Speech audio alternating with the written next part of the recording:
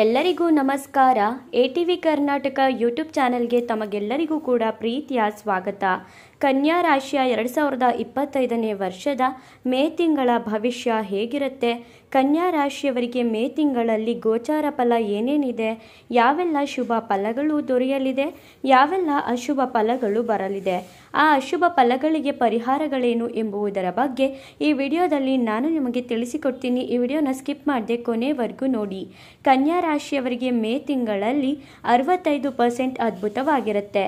ಇನ್ನು ಮಿಕ್ಕ 35% ಎಚ್ಚರಿಕೆಯನ್ನು ವಹಿಸಬೇಕಾಗಿರುವಂತೆ ಅಂಥ ವಿಷಯಗಳ ಬಗ್ಗೆ ಚರ್ಚಿಸೋಣ. ಹಾಗೆಯೇ ಪರಿಹಾರಗಳನ್ನು ಕೂಡ ತಿಳಿದುಕೊಳ್ಳೋಣ. ಅದಕ್ಕೂ ಮುನ್ನ ನೀವೇನಾದರೂ ಕನ್ಯಾ ರಾಶಿಯವರಾಗಿದ್ದರೆ ದೇವರು ಮತ್ತು ಆಂಜನೇಯ ಸ್ವಾಮಿಯನ್ನು ನಂಬುವುದಾದರೆ ಈ ವಿಡಿಯೋಗೆ ಈಗಲೇ ಒಂದು ಲೈಕ್ ಕೊಡಿ ಮತ್ತು ತಪ್ಪದೇ ನಮ್ಮ ATV ಕರ್ನಾಟಕ ಯೂಟ್ಯೂಬ್ ಚಾನಲನ್ನು ಸಬ್ಸ್ಕ್ರೈಬ್ ಮಾಡಿಕೊಳ್ಳಿ. ಕನ್ಯಾ ರಾಶಿಯ ಮೇ ತಿಂಗಳ 2025ನೇ ವರ್ಷದ ಮೊದಲಿಗೆ ಶುಭ ಫಲಗಳ ಬಗ್ಗೆ ಮಾತನಾಡೋಣ. ಈ ರಾಶಿಯವರು ಮಾತಿನಿಂದ ಈ ತಿಂಗಳಲ್ಲಿ ಜಯವನ್ನು ಪಡೀತಾರೆ.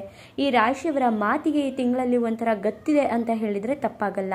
ಇವ್ರ ಮಾತನ್ನು ಯಾರೂ ಕೂಡ ತೆಗೆದು ಹಾಕುವಂಥದ್ದೇ ಇಲ್ಲ. ಆ ರೀತಿಯಾಗಿ ಅವರ ಜೀವನನ ಅವರು ಖಂಡಿತವಾಗಿಯೂ ಮಾತಿನಿಂದಲೇ ಜಯವನ್ನು ಪಡ್ಕೋತಾರೆ ಅಂತಾನೆ ಹೇಳ್ತೀನಿ.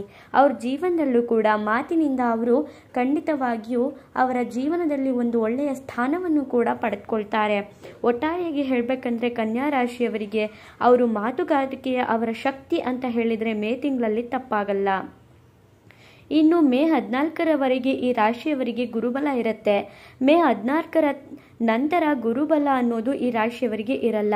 ಹಾಗಾಗಿ ಮೇ 14ರವರೆಗೆ ಖಂಡಿತವಾಗಿಯೂ ಕೂಡ ಕನ್ಯಾ ರಾಶಿಯವರಿಗೆ ತುಂಬಾನೇ ಒಳಿತಾಗುತ್ತೆ. ಮೇ 14ರ ತನಕ ಈ ರಾಶಿಯವರು ಏನೇ ಒಂದು ಕೆಲಸ ಮಾಡಿದ್ರೂ ಕೂಡ ಅದರಲ್ಲಿ ಸಕ್ಸಸ್ ಅನ್ನೋದನ್ನ ಕಾಣ್ತಾರೆ. ಗುರುವಿನ ಬಲ ಮೇ 14ನೇ ತಾರೀಕಿನ ನಂತರ ಈ ರಾಶಿಯವರಿಗೆ ಇಲ್ಲದೆ ಇರೋ ಕಾರಣ ಮೇ 14ರವರೆಗೆ ಯಾವ್ಯಾವ ಕೆಲಸ ಮಾಡಬೇಕು ಅಂತ ಅಂದ್ಕೊಂಡಿರ್ತೀರೋ ಆ ಎಲ್ಲ ಕೆಲಸಗಳನ್ನು ಮಾಡಿದರೆ ಖಂಡಿತವಾಗಿಯೂ ಜಯ ನಿಮ್ಮದೇ ಆಗುತ್ತೆ. ರಾಹುವಿನ ಬದಲಾವಣೆಯಿಂದ ನಿಮ್ಮ ಜೀವನ ಶೈಲಿಯೇ ಬದಲಾಗುತ್ತೆ. ಅಷ್ಟೊಂದು ಒಳಿತಾಗುತ್ತೆ ಅಂತಾನೆ ಹೇಳಬಹುದು. ರಾಹುವಿನ ಬದಲಾವಣೆ, ರಾಹು ಗ್ರಹ ನಿಮ್ಮ ಸ್ಥಾನದಲ್ಲಿ ನಿಮ್ಮ ರಾಶಿಯಲ್ಲಿ ಅದ್ಭುತವಾಗಿರೋದ್ರಿಂದ ಖಂಡಿತವಾಗಿಯೂ ಕೂಡ ನಿಮ್ಮ ಜೀವನ ಹೊಸ ತಿರುವನ್ನು ಪಡ್ಕೊಳ್ಳುತ್ತೆ. ನಿಮ್ಮ ಜೀವನದಲ್ಲಿ ಹೊಸ ವ್ಯಕ್ತಿಗಳ ಆಗಮನವಾಗುತ್ತೆ. ಇದರಿಂದ ನಿಮ್ಮ ಜೀವನ ಶೈಲಿಯೇ ಬದಲಾಗುತ್ತೆ. ನೀವು ಅಂದ್ಕೊಂಡೇ ಇರಲ್ಲ ನನ್ನ ಜೀವನ ಹೀಗಾಗುತ್ತಾ ಅಂತ. ಆ ರೀತಿಯಾಗಿ ಅಷ್ಟು ಸುಂದರವಾಗಿ ನಿಮ್ಮ ಜೀವನ ಅನ್ನೋದು ನಿಮ್ಮದಾಗುತ್ತೆ. ಇನ್ನು ಕೇತು ಗ್ರಹ ನಿಮ್ಮ ಜೀವನದಲ್ಲಿ ನಿಮ್ಮ ರಾಶಿಯಲ್ಲಿ ಅದ್ಭುತವಾಗಿರೋದ್ರಿಂದ ದೈವ ಭಕ್ತಿ ಅನ್ನೋದು ಈ ರಾಶಿಯವರಿಗೆ ಹೆಚ್ಚಾಗುತ್ತೆ. ದೇವರ ಮೇಲೆ ನಂಬಿಕೆ ಅನ್ನೋದು ಕೂಡ ಸಿಗುತ್ತೆ. ಹಾಗೆಯೇ ದೇವರು ಅನ್ನೋದನ್ನ, ಪೂಜೆ ಪುನಸ್ಕಾರ ಅನ್ನೋದನ್ನ ನೀವು ಈ ತಿಂಗಳಲ್ಲಿ ಜಾಸ್ತಿ ಮಾಡ್ತೀರಾ ಅಂತಾನೆ ಹೇಳ್ಬೋದು. ಇನ್ನು ಲಾಭಸ್ಥಾನದಲ್ಲಿ ಕುಜಗ್ರಹ ನಿಮ್ಮ ಜೊತೆ ಉತ್ತಮವಾಗಿರ್ತಾರೆ. ಲಾಭಸ್ಥಾನದಲ್ಲಿ ಕುಜಗ್ರಹ ಇರೋದ್ರಿಂದ ಹಣಕಾಸಿಗೆ ಯಾವುದೇ ರೀತಿಯಾದಂತಹ ತೊಂದರೆಗಳು ಬರಲ್ಲ. ಹಣಕಾಸಿಗೆ ತೊಂದರೆ ಬರಲಿಲ್ಲ ಅಂದರೆ ನಮ್ಮ ಜೀವನ ಉತ್ತಮವಾಗಿರುತ್ತೆ ಅಂತಾನೆ ಹೇಳ್ಬೋದು. ಇನ್ನು ಶುಕ್ರ ಗ್ರಹ ಕೂಡ ಒಳಿತಾಗಿರೋದ್ರಿಂದ, ಒಳ್ಳೆಯ ಸ್ಥಾನದಲ್ಲಿರೋದ್ರಿಂದ ದೂರ ಪ್ರಯಾಣವನ್ನು ಮಾಡ್ತೀರಾ. ಮೊದಲೇ ಕೇತು ಗ್ರಹದಿಂದ ದೈವ ಭಕ್ತಿ ಹೆಚ್ಚಾಗಿರೋದ್ರಿಂದ ಹಾಗೆಯೇ ಶುಕ್ರ ಕೂಡ ಒಳಿತಾಗಿರೋದ್ರಿಂದ ದೂರ ಪ್ರಯಾಣ ಮಾಡೋದ್ರಿಂದ ನೀವು ದೇವಾಲಯಗಳಿಗೆ ಭೇಟಿ ನೀಡ್ತೀರಾ. ಹಾಗೆ ದೇವಸ್ಥಾನಗಳಿಗೆ ಹೋಗಿ ನೆಮ್ಮದಿಯ ಜೀವನನ ನೀವು ಕಂಡುಕೊಳ್ತೀರಾ. ಇನ್ನು ನಿಮ್ಮ ಕುಟುಂಬದಲ್ಲಿ ನೆಮ್ಮದಿ ಅನ್ನೋದು ಇರುತ್ತೆ. ಹಣಕಾಸಿನಲ್ಲಿ ವೃದ್ಧಿ, ಕುಟುಂಬದಲ್ಲಿ ನೆಮ್ಮದಿ ಇದ್ದರೆ ನಾವು ನಮ್ಮ ಜೀವನದಲ್ಲಿ ಆರಾಮಾಗಿರ್ತೀವಿ ಅಂತಾನೆ ಅನ್ಕೋಬಹುದು. ಹಾಗಾಗಿ ಕುಟುಂಬದಲ್ಲಿ ಯಾವುದೇ ರೀತಿಯ ಜಗಳಗಳಿದ್ರೂ ಕೂಡ ತುಂಬ ವರ್ಷಗಳಿಂದ, ತುಂಬ ತಿಂಗಳುಗಳಿಂದ ಅದನ್ನು ನಡೆಸ್ಕೊಂಡು ಬರ್ತಿದ್ರೆ ಖಂಡಿತವಾಗಿಯೂ ಕೂಡ ನಿಮಗೆ ನೆಮ್ಮದಿಯಾದ ವಾತಾವರಣ ನಿಮ್ಮದಾಗುತ್ತೆ. ಇನ್ನು ರಾಹು ಗ್ರಹ ಉತ್ತಮವಾಗಿರೋದ್ರಿಂದ ನಿಮಗೆ ಉತ್ತಮವಾದಂಥ ಜೀವನನ ರಾಹು ಗ್ರಹ ನಿಮಗೆ ಈ ಸಮಯದಲ್ಲಿ ಕರುಣಿಸಲಿದ್ದಾರೆ ಅಂತಾನೆ ಹೇಳ್ತೀನಿ. ಇನ್ನು ಹಣಕಾಸಿನ ತೊಂದರೆ ಅಂತೂ ಯಾವುದೇ ಕಾರಣಕ್ಕೂ ಇರಲ್ಲ. ನಿಮಗೆ ಹಣಕಾಸಿಗೆ ಯಾವುದೇ ರೀತಿಯಾದಂತಹ ತೊಂದರೆ ಬರಲ್ಲ, ಸಾಲ ಮಾಡಿಕೊಳ್ಳಲ್ಲ. ಹಾಗೆಯೇ ನೀವು ದುಡಿಯುವಂತಹ ಹಣವನ್ನು ಕರೆಕ್ಟಾಗಿ ನೀವು ಸರಿಸಮವಾಗಿ ತೂಗೋದ್ರಿಂದ ನಿಮಗೆ ಖಂಡಿತವಾಗಿಯೂ ಕೂಡ ಒಳ್ಳೆಯದಾಗುತ್ತೆ. ಇನ್ನು ವಯಸ್ಸಾದವರ ಆರೋಗ್ಯದಲ್ಲಿ ಚೇತರಿಕೆಯನ್ನು ನೀವು ಕಾಣ್ತೀರಾ. ವಯಸ್ಸಾಗಿರೋರ ಆರೋಗ್ಯದಲ್ಲಿ ನೀವು ಚೇತರಿಕೆನ ಕಾಣ್ತೀರಾ ಅಂದರೆ ಖಂಡಿತವಾಗಿಯೂ ಕೂಡ ಹಣಕಾಸನ್ನು ಉಳಿಸ್ತೀರಾ ಅಂತಲೇ ಅರ್ಥ. ಆರೋಗ್ಯ ಸುಧಾರಿಸುತ್ತೆ. ಆರೋಗ್ಯದಲ್ಲಿ ಯಾವುದೇ ರೀತಿಯಾದಂತಹ ಸಮಸ್ಯೆ ಅನ್ನೋದು ಈ ಕನ್ಯಾ ರಾಶಿಯವರಿಗೆ ಬರಲ್ಲ. ಒಟ್ಟಾರೆಯಾಗಿ 65% ಕನ್ಯಾ ರಾಶಿಯವರಿಗೆ ಮೇ ತಿಂಗಳಲ್ಲಿ ಅದ್ಭುತವಾಗಿರುತ್ತೆ. ಇನ್ನು ಎಚ್ಚರಿಕೆಯನ್ನು ವಹಿಸಬೇಕಾಗಿರುವಂತಹ ವಿಷಯಗಳು ಏನೇನು ಅಂತ ನೋಡೋದಾದರೆ, ಶನಿ ಗ್ರಹ ಈ ರಾಶಿಯವರಿಗೆ ಆಲಸ್ಯನ ನೀಡ್ತಾರೆ. ಆಲಸ್ಯ ಅನ್ನೋದು ಈ ರಾಶಿಯವರಿಗೆ ಹೆಚ್ಚಾಗುತ್ತೆ. ಇವರು ನಾಳೆ ಮಾಡೋ ಕೆಲಸನ ಇವತ್ತೇ ಮಾಡಿಕೊಂಡ್ರೆ ಒಳ್ಳೆಯದು.